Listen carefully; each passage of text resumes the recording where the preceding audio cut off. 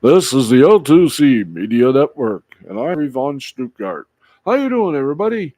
We ready for some great shows, or are we ready for Steve's Sporty Balls?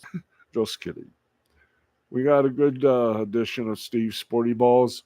We have been a little bit busy because we have people that are going to be coming here from Pest Genie to do a little investigation of this place, and we hope that we will be still here.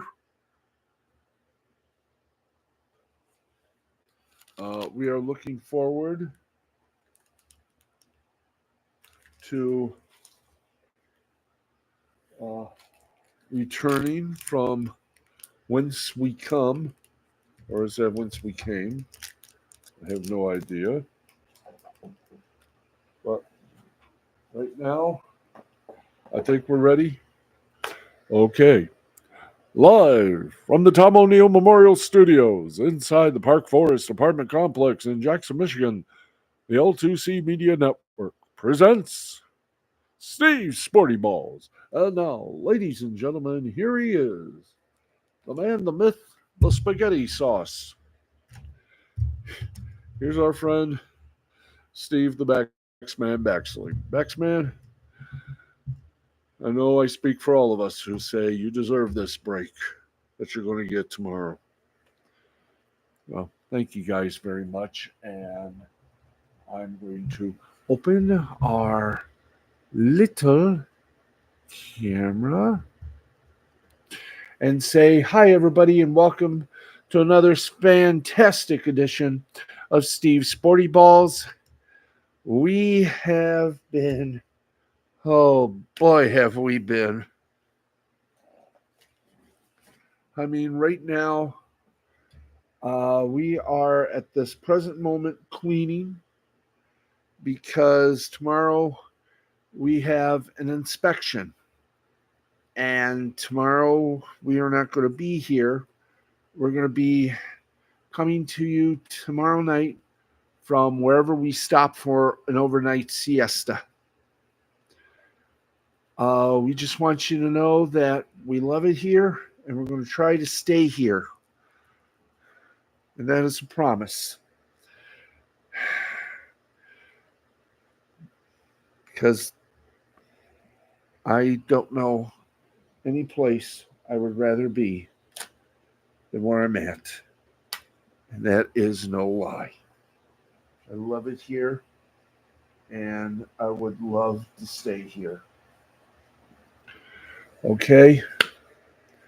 Yes, I got a letter. I'm going to read to you what the letter says. Steve Baxley, apartment 403, dear Stephen, it's been brought to our attention that you or someone that has been in or around your unit has bed bugs. Pest Genie will be entering your apartment on May 7th, that's tomorrow, between 10 a.m. and 5 p.m. for an inspection. Please follow Pest Genie's instructions. Failure to comply will result in a lease violation and possible lease termination. Going forward, all bedbug cases must be reported to the office. We are here to help you. Well, that's very nice, but how can we report it to the office when you're closed on days that we may have an easy time of it? And this is from kind folks over at Park Forest Apartments. Here's Pest Genie. It says on May 7th, Pest Genie will be entering your home to do a routine inspection for pest issues. We ask that if you wish to be home for these inspections, to plan accordingly. It's possible things may be moved in your apartment for visual inspections to take place. If any issues are identified during the inspection, treatment will be scheduled with your management leasing office. Pest Genie appreciates your cooperation with the inspection and take pride in maintaining a safe and pest-free environment. If you have any questions, please feel free to contact your management or leasing office. Thank you, Pest Genie. So after this, I'm going to speed up the cleaning process while packing for a vacation to Pennsylvania, Cincinnati, to somewhere in Pennsylvania, Ohio, and Kentucky. Wish me luck, because I am really going to need it. I would usually stick around, but after the day I had today, and what a week! I finally got a new car. And I think I told you folks that a while back, Saturday. It's a good car. Hello, Dandelion Fluff. I hope you're well. Me, on the other hand, I really, truly do not know how I am at this hour, except to say I am sleepy right now. But right now, also, I've got so much stuff to do that I don't know if I'm going to make it. But I'm sure as hell going to try. Anyway, let's get on with the broadcast and get on with our sports report. We'll probably do some karaoke tonight. We want to remind you we will be doing a show tomorrow. I don't know if it's going to be at 10 o'clock. It'll probably be either 10 o'clock or 11 o'clock because we will be on location. And hopefully when we come back, we'll still have a place. But I am really busting my gourds to say the point. I'm hoping I got everything here. I'm sort of falling down. I got to collect up boxes. I got to put boxes somewhere. I got to get my heart medicine. And by heart medicine, I mean, well, let's just put it this way.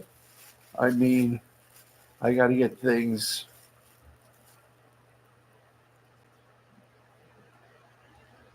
going.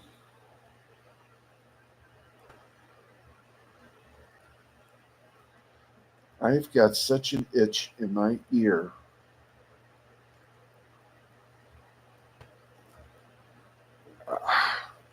Come on. There we go. Anyway, I know we got to do a show. So we are. And then I'm going to start doing a little mini packing here.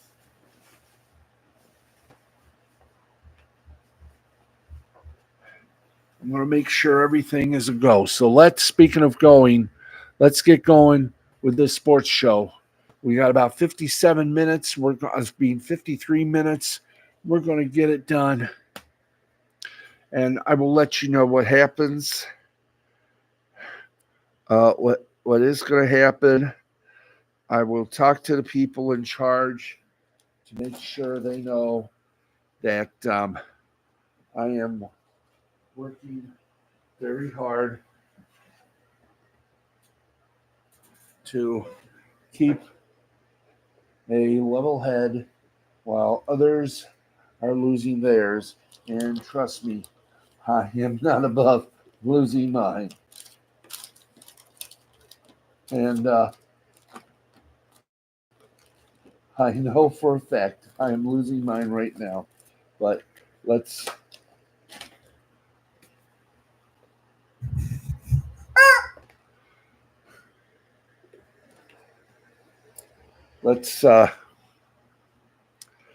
just keep things going here. There we go. Okay. Where are we going here first, guys? Just let me know so I can get things in places they're supposed to go. So right now, let's just concentrate on the show. Okay. We're going to go to the NHL. Or actually, we'll just go right here. Let's go to it. Okay, we got a couple of stories from Major League Baseball. Let's go to those stories. Now, our first story has to deal with, then we'll go to hockey. Baltimore Orioles owner David Rubenstein has taken a very hands-on approach when it comes to his team. He's looking to make a splash in the most literal way possible when the Orioles host the Arizona Diamondbacks on Friday. Section 86 is at Camden Yards is the team's bird bath section, which promises fans they'll be sprayed with water whenever the Orioles register doubles, triples, and home runs. Rubenstein, who took over the team earlier this year, will be the guest splasher for Friday's game and will be spraying fans himself. Boy, that's got a lot of guts. The team made the announcement Monday with a hilarious video featuring Rubenstein getting dressed for the occasion. Goggles, a snorkel, and an inflatable pink flamingo boat included. His ownership group spent $1.725 billion for this privilege. Well, that's a lot. Rubenstein joked in the video, quote, "Do all the owners do this? I spent how much money for this? This reminds me of my bar mitzvah pictures." Mr. Splash is usually the person in charge of the hose, but Rubenstein, who the team nicknamed Ruben Splash for this occasion, said he was born ready for this very important role.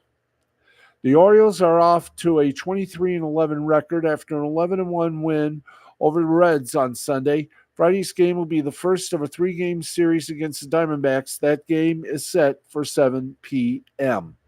Okay, so far so good. Okay, let's get rid of those.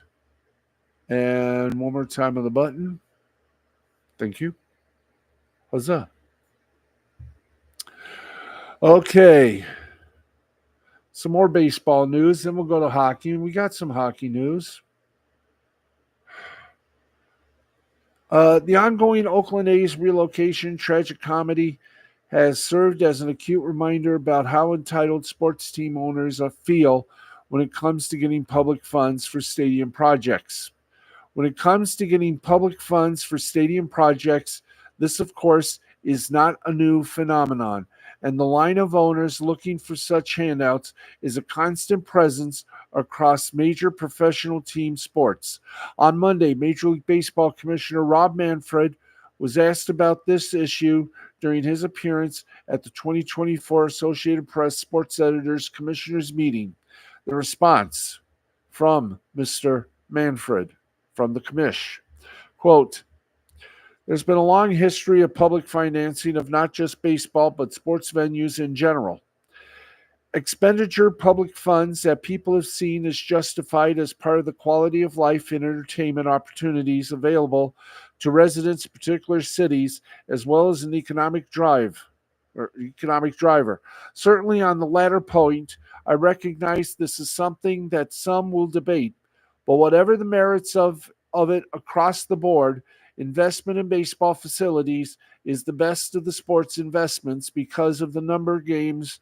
It just drives more people into the market for entertainment than any other sport just based on sheer volume. I do think that in today's world, almost all projects, whether they be new stadiums, major renovations, all of those types of projects, almost without exception, and this is different than it was a couple of decades ago, are public-private partnerships with owners of teams making really substantial hundreds of millions of dollars investments. I think the Las Vegas project is a great example of that. It's $1.5 billion project where the public financing, I think the number is at $380 million, and the rest of that investment is going to be made by the owners or owner. End quote. This is not a notable departure from the usual spin put on such things from team owners or those who represent their interest. One person's public-private partnership is another person's corporate welfare. Manfred remarks, however, do invite fresh appraisals of these arguments typically put forth to justify putting tax dollars towards stadium construction. Now, Manfred is correct that the practice of public financing for pro sports venues is an entrenched one. Just as entrenched, however, is the evidence that the, quote, economic driver, end quote, aspect of ballpark construction is non-existent.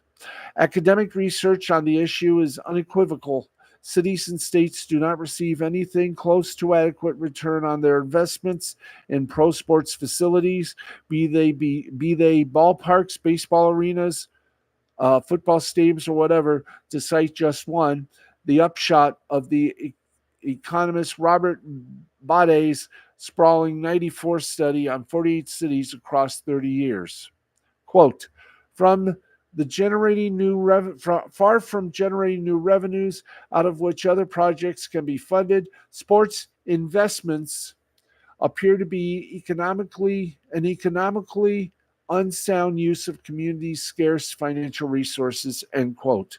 More specifically, Bade found that of the 30 cities with new venues, 27 showed no signs of measurable economic growth, and the other three saw per capita income decrease after the respective venue was funded and constructed. This is not an outlier study, it's a representation of an overwhelming sturdy consensus, and no glib dismissals from those hoping to defend handouts can change those facts. The other noteworthy part of Manfred's comments is the $380 million price tag for the public should the A's move to Las Vegas actually happen, and technically it will.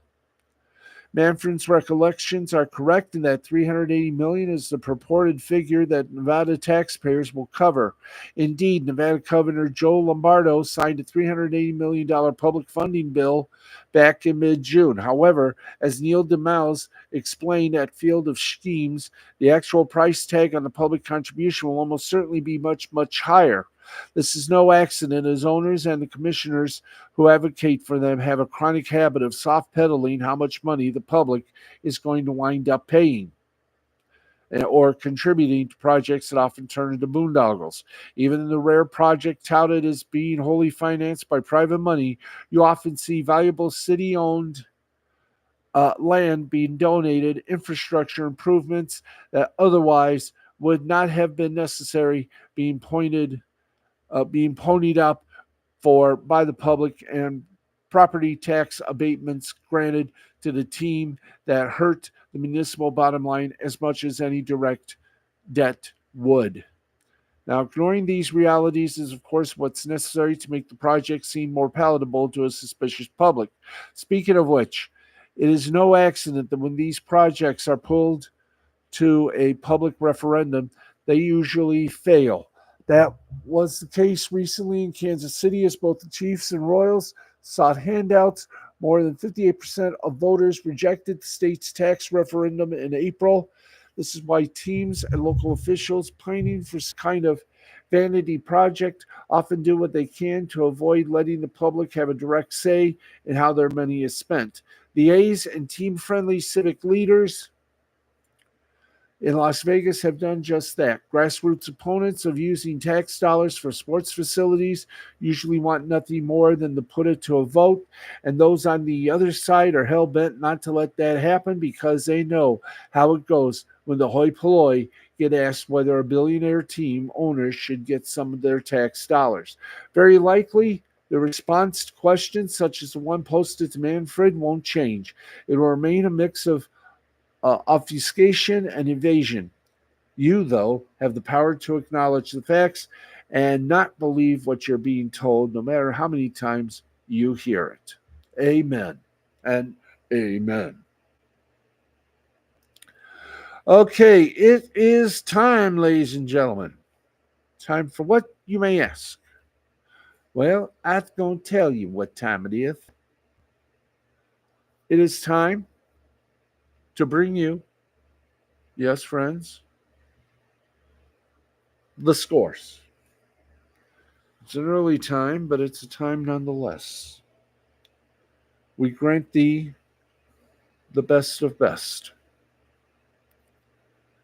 Let's see here. What we got here? Oh, okay. Wouldn't mind tax dollars being used if they didn't charge so much for tickets to games. I agree with you wholeheartedly, Dandelion. This is why I don't go to the big games. I go to the minor league games.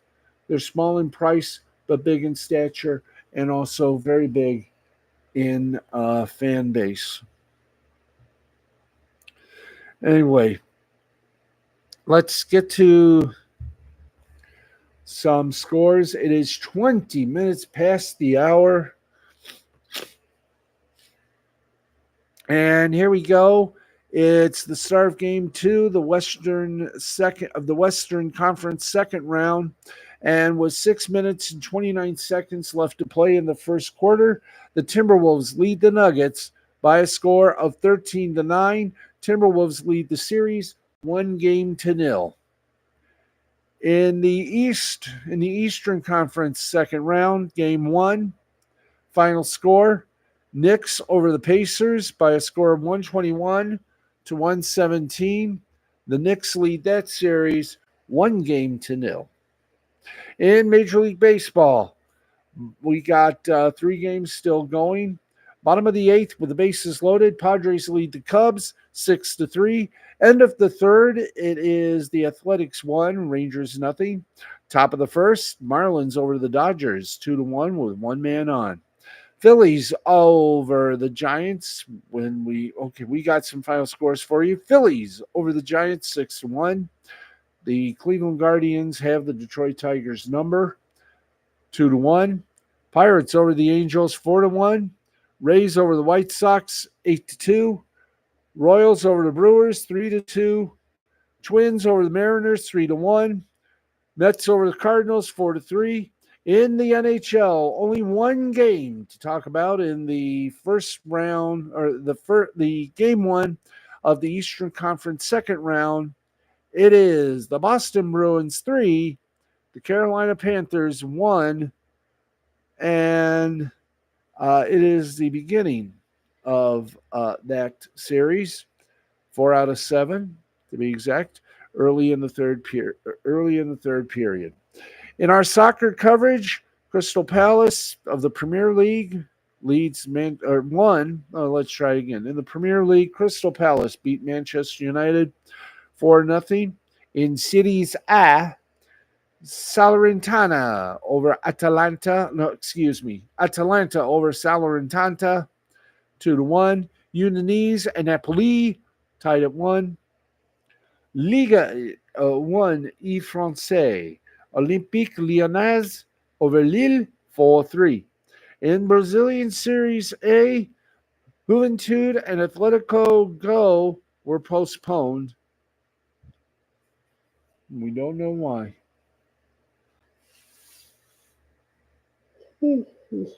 Okay.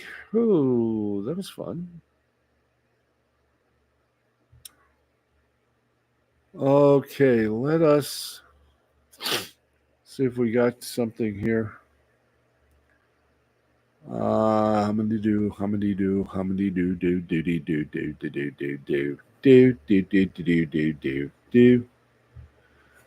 Okay, have we got other? Yes, we do. Let's go for some other takes of other games. And I know you're looking at that. We got we're 10:24. Right, yep, 10:24 right now here on Sporty Balls. I am Steve the Backsman Baxley. And right now, let's give you some scores from other soccer games. We select some of the ones that will help us. Okay, in the Premier League in Azerbaijan, Gabala beat Sabel 3-2. Let's see what else we got here. Try and look for some U.S. representation here.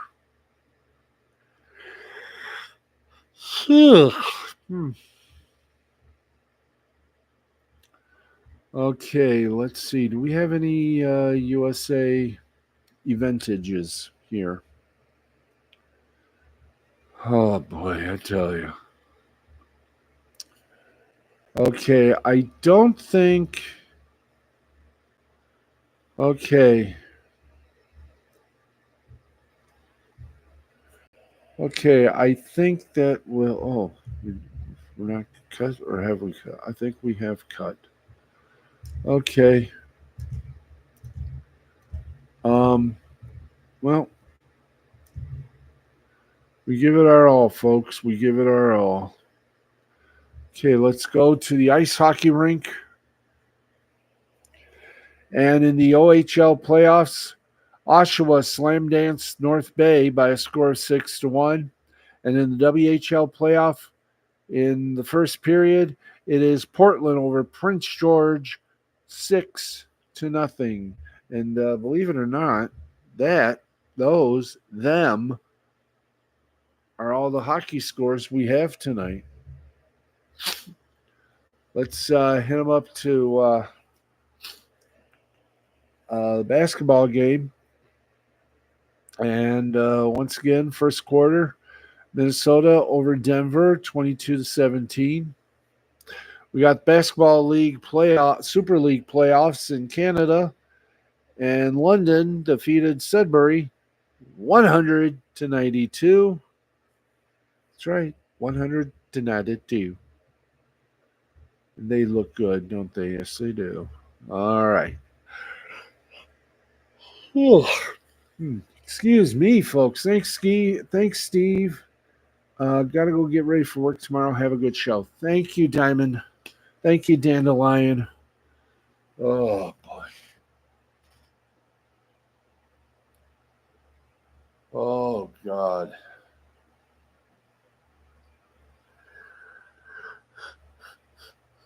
Oh.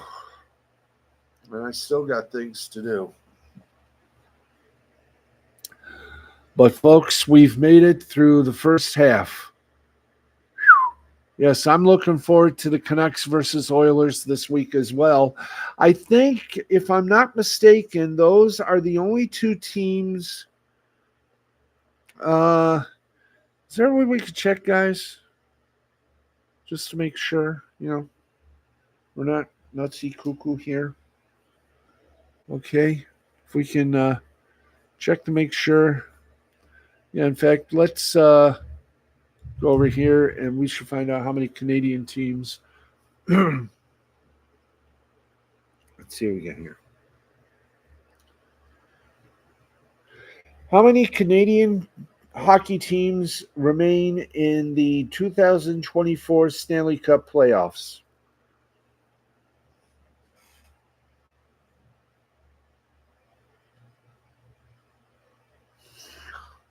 Okay, let's see here. Okay. Now, to give this to count, let's see. We have, we have Winnipeg, the Jets, Vancouver Canucks, the Edmonton Oilers, and on the other side, the Toronto Maple Leafs. That's four teams that presently. No, well, not presently. That's four Canadian hockey teams that Rogers Sports and Media hope get at least to the finals. But so let's see.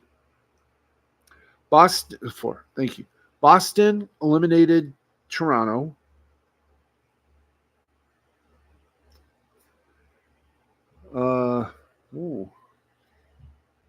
Dallas defeated Vegas, so we're going to have a new champion. Colorado defeated Winnipeg. Vancouver beat Nashville. And Edmonton beat LA, which means, in essence, there are two Canadian teams left, and we wish them well. Oh, do we ever? And both can. And yes, the Canucks and Oilers will meet in the Stanley Cup second round. Yes. Stanley Cup second round. Yeah. That is not bad. Ugh. Boy, that is not bad. Good luck to either team. You know that let's see. Do we have okay. We got to make sure. How many years remain on the Rogers TV contract in Canada?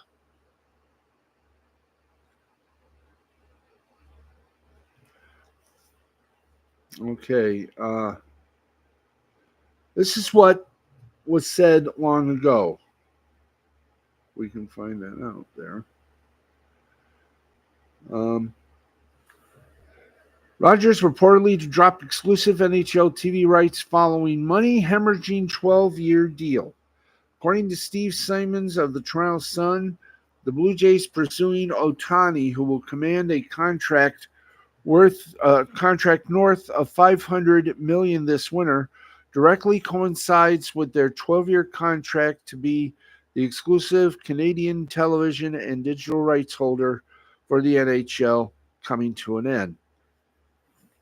Quote, the widely expensive pursuit of Shohei Ohtani is corporately planned by Rogers to coincide with the end of its 12-year money hemorrhaging deal with the NHL. One negotiation may not be happening necessarily without the other expiring, veterans in the television business industry tell the Toronto Sun. Rogers is seeking to turn itself from the Hockey Network, which has been an enormous strain on the company's economics, into a Blue Jays first network that would include a team challenging for the World Series centered around the brilliance of Ohtani.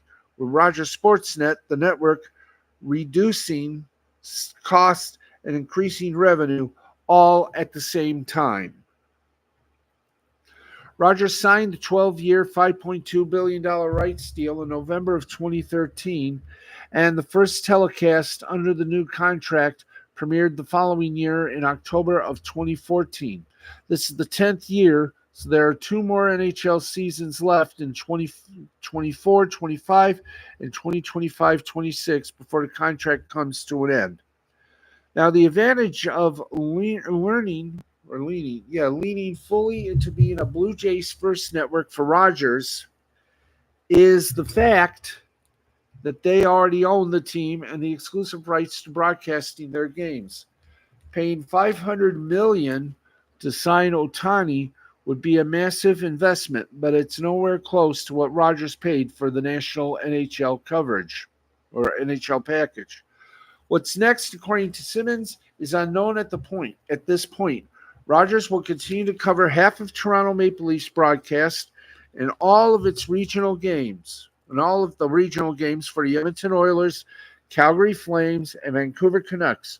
But it's difficult to say what will happen to Hockey Night in Canada, Wednesday Night Hockey, and other flagship programming that's been under the Rogers umbrella for the past few years. Quote, just what happens to the NHL rights in Canada is a matter of conjecture now. The large corporate structures, Rogers owning Sportsnet, Bell owning TSN, both as awkward partners as majority owners of Maple Leaf Sports and Entertainment Limited, have not shown what the future brings next. TSN was absolutely stunned when it lost out in the national package of NHL games. That was 10 years ago. What the network and the company has learned since is that it's done better economically without the rights than it would have done with them. And Rogers so overpaid that it could get out of the deal today. It would run to do so. Good luck. That's all I got to say. Good luck. So they got about 2 years remaining on the 12-year deal. CBC, I don't know where they're at this moment. They've got more cuts. They are bleeding red and hemorrhaging very much in this little world of ours. Right now, Prime Video in Canada, that's, of course, Amazon Prime Video in Canada, kind of looks like they might have the upper hand as to the Canadian rights to the National Hockey League. We shall find out when the time is right. Okay, it is 35 minutes past the 10 o'clock hour. We got more sports, more entertainment, and a few other things as well. It is going to be fun.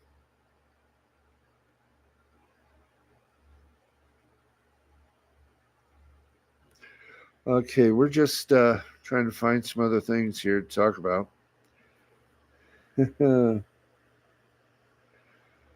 Right now, you think the Paramount stuff is ending? No, it isn't. Neither is what's going on with Mission Broadcasting and Detroit's WADL. We have updates on this and more coming up in the entertainment report, which we do so now. The idea of Skydance by media company Paramount isn't that big of a surprise, even the idea of Sony doing the job instead is pretty rational. But what got Apollo Global Management involved in the hunt? Well, Apollo CEO recently explained, and the news sent Paramount up nearly 4% in Monday afternoon trading. Mark Rowan, Apollo Global CEO, revealed that Apollo Global is interested in value, which can often be found in areas that are experiencing significant change. And that's actually a pretty good way to describe Paramount, at least right now. With streaming video coming on, the linear television concept falling apart, and Paramount having some evergreen properties that produce reliable cash flow, that represents terrific opportunity for Apollo Global. Meanwhile, Paramount continues to operate as a business, and interestingly enough, some within the company consider the merger talks as a little more than background noise. One of those is John Haley, president of advertising for Paramount, who recently started up some upfront presentations to attract new advertisers ahead of new season launches. An upfront presentation is when media companies present their upcoming content to advertisers in advance so they can secure advertising spots. In fact, reports note that Haley is using the merger talk as a way to engage with them, the advertisers, on the topic. That is a strategy Haley is out to use more often. Paramount stayed out of the traditional upfront season and instead moved to focus on the relationship between advertisers and Paramount. Now, turning to Wall Street, analysts have a hold consensus rating on Paramount stock based on 6 buys and 8 holds and 7 sells aligned in the past 3 months, as indicated by a little nauseation of a graphic. After a 19.94% loss in the share price over the past year, the average Paramount price target of $13.29 per share implies a 0.67% downside risk. So there ye go on the act.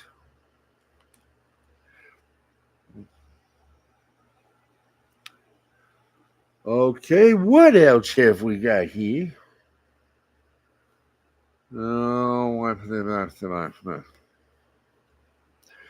And speaking of which, the bidders for Paramount are still waiting word from special committee evaluating the options. A special committee of the Paramount Global Board charged with evaluating offers for the company met Saturday morning though rival bidders for the studio are waiting word on the next steps. Paramount ended its exclusive negotiations with Skydance Media without a deal on Friday, allowing the special committee to entertain offers from the home of Mission Impossible and SpongeBob SquarePants. Yatter! Now, Paramount's special committee signed off on beginning deal talks with Sony and Apollo, the New York Times reported on Sunday. The bidding group would likely push for Apollo to hold the rights to the CBS broadcast license, the report added, citing people familiar with the matter. A spokesperson for the Paramount Special Committee could not confirm the report. Now, if they did do that, That's going to hold a little problem here because Apollo Global owns Cox Media, which among its stables are some ABC, NBC, and some CBS and Fox affiliates. So good luck. You're going to need it, guys. Okay.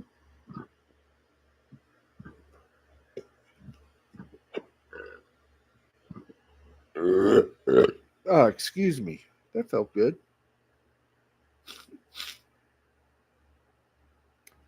Okay, shall we go to our wrestling report? Yes, we're going to update you on Raw right now, give you how good they are, and we'll give you the full update tonight. Not tonight, but on Tuesday night. But here we go. We got some news here. WWE Hall of Famer Jerry the King Lawler has had one of the lengthiest WWE careers in history. Lawler made his WWE debut back in '92 as an announcer while still remaining active in the ring with feuds against the likes of Bret Hart, Jake Roberts, and Doink the Clown before becoming a full-time announcer by the end of the '90s. That career has now seemingly come to an end, however, as his WWE contract was quietly not renewed. However, it has since been confirmed that Lawler will remain under a Legends deal with the company. Now that he isn't officially with the WWE, many fans have wondered whether Lawler will have one last run on commentary with his longtime broadcast partner, good old JR, Jim Ross, who has been with All Elite Wrestling since 2019. The folks at Fightful Select report that this is highly unlikely, however, as sources within AEW haven't heard Lawler's name being brought up as someone who could possibly join the announce team. Sources close to Lawler reportedly told Fightful that not only does he not follow AEW, but that he doesn't watch much wrestling at all after suffering a stroke in February of 23, which is still affecting him. Lawler hasn't wrestled an official match since January of 23, and Fightful says the effects of his stroke likely signal the end of any physical activity in the ring. If so, it's the end of a career that began in '71, and that didn't see Lawler go more than a year without wrestling. He did make some sporadic appearances for WWE after his stroke, namely an appearance in front of his hometown of Memphis, as well as an episode of WWE NXT in November, where he chose participants for the Iron Survivor Challenge matches at that year's Deadline Premium Live event.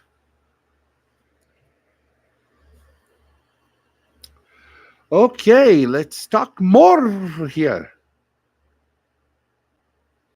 Yes, let us talk more. Do we have a update? Do we have an update on tonight's? Let's see. Yeah, let's give you an update on Raw live. Let's go to it. Finn Balor took on Jey Uso, and the winner of that was Jey Uso.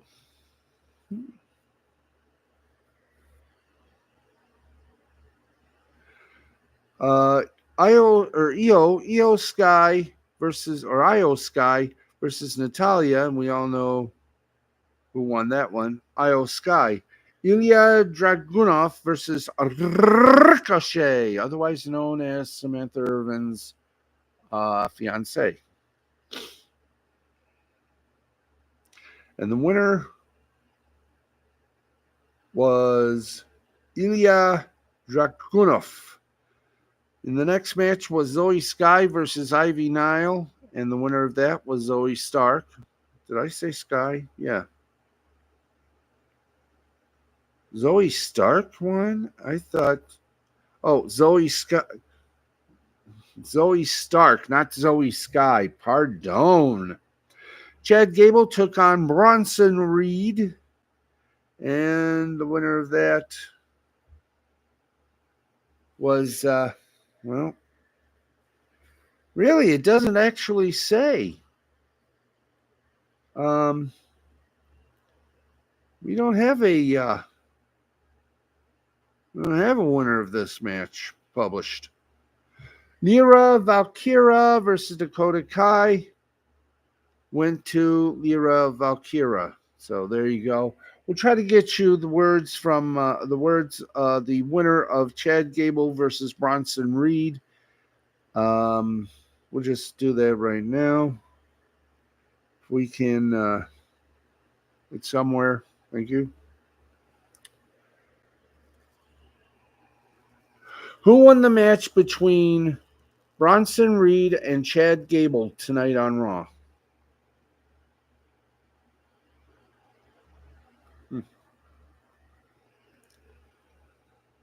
Let's see here. Okay, we'll get to that right now, and then we'll update you on the scores, and then we'll get out of here so I can get some stuff done. And let's get to it here. Okay, let's go to it here. Okay, we had the King of the Ring tournament matches. Sheamus versus Gunther, Ricochet versus Ilya Dragunov, Jey Uso versus Finn Balor, Lyra Valkyra versus Asuka, Natalya versus Io Sky, Ivy Nile versus Zoe Stark.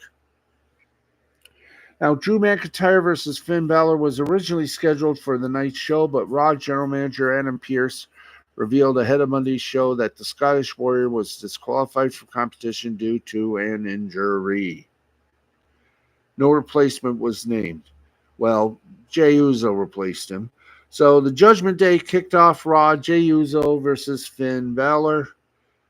The result, Uso defeated Balor to advance. Okay. Then we had a promo by Mr. Mike Drop himself, CM Punk. Then the Queen of the Ring tournament, Natalya versus Io Sky, that went to Io Sky. King of the Ring tournament match, Ricochet versus Ilya Dragunov, that went to Dragunov. Ivy Nile versus Zoe Stark went to Stark, defeating Nile to advance. Big Bronson Reed versus Chad Gable. That result, no contest. Becky Lynch did a promo. We had Lyra Valkyra versus Dakota Kai. Valkyra defeated Kai to advance. And that is that for thus right now. We'll give you the complete story tomorrow live from wherever we stop for the night. This is going to be a little bit fun.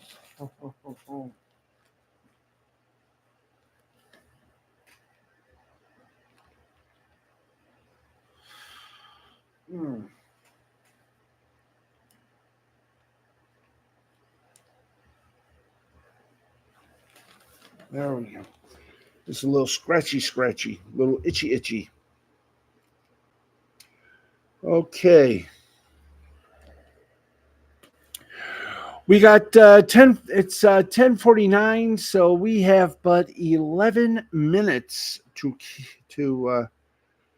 give you here our little sportscast.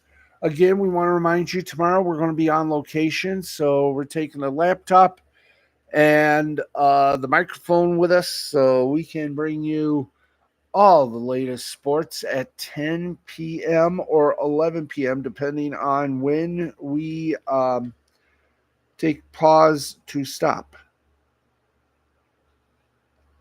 So please join us if you will. Let's update you on some of the scores right now as we have available.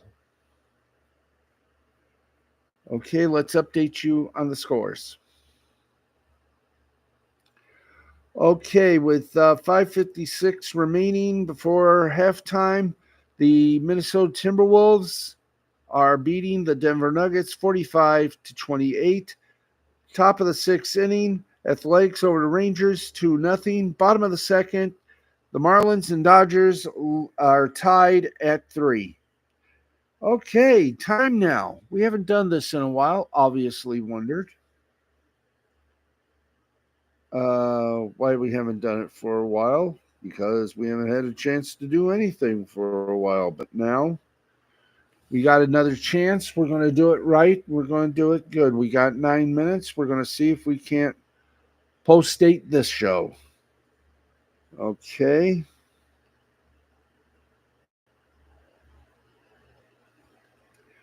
Boom. There we are. Let's go to minor league baseball. And let's get you the scores from all over the world of minor league baseball.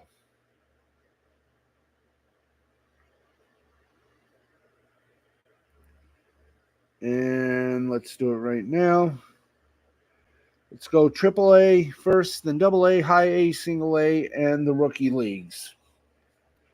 So we start off first with the AAA scores. And let us enjoy this. I keep forgetting to do it, so my apologies at hand. For AAA, there are no games scheduled for tonight, so they have the night off. Let's go to AA. See if they got no games for AA. How about high A? High A as well. No games there. Single A. No games at single A. Rookie. The rookie leagues. Nope. So, oh yes, there are. Thank you. ACL. Top of the seventh. ACL Angels lead the ACL Rangers 5-2 in the top of the seventh. And the bottom of the sixth, ACL Diamondbacks and the ACL Giants. ACL Diamondbacks lead 4-2. Top of the seventh inning, ACL Rockies going up against the ACL Mariners. 7-2 is the score. Rockies lead. Bottom of the fourth, ACL White Sox and the ACL Padres. 3-1. White Sox lead. Bottom of the fifth inning, it is the ACL Reds leading the ACL Brewers by a score of 4-3. Bottom of the fifth inning, ACL Royals over the ACL Athletics 10-3. End of six, the ACL Dodgers lead the ACL Guardians 3-1. The FCL Mets lead the FCL Nationals 4-3. FCL Red Sox lead the FCL Braves 2-0. FCL Pirates over the FCL Twins 4-1. FCL Yankees beat the FCL Tigers 2-1. Marlins over the Cardinals, both FCL team versions, 4-0. The FCL Phillies beat the FCL Blue Jays by a score of 3-2. And the FCL Rays took on the FCL Orioles. The final there, 9-2. Ooh, ooh, ooh, ooh, ooh. Okay, that is going to wrap that up. And we got about 5 minutes to go. So we're going to do a little karaoke, folks. That's right. We're going to do some karaoke. That's right. A little karaoke for you. Tonight. Okay,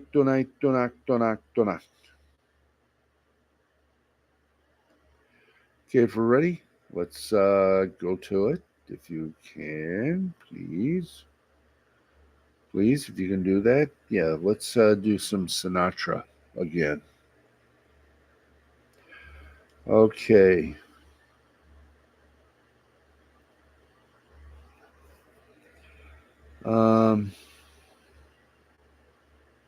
Let's see.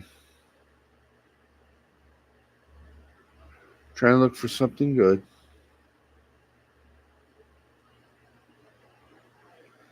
Okay, we don't want this one. We want this one. The Girl from Ipanema.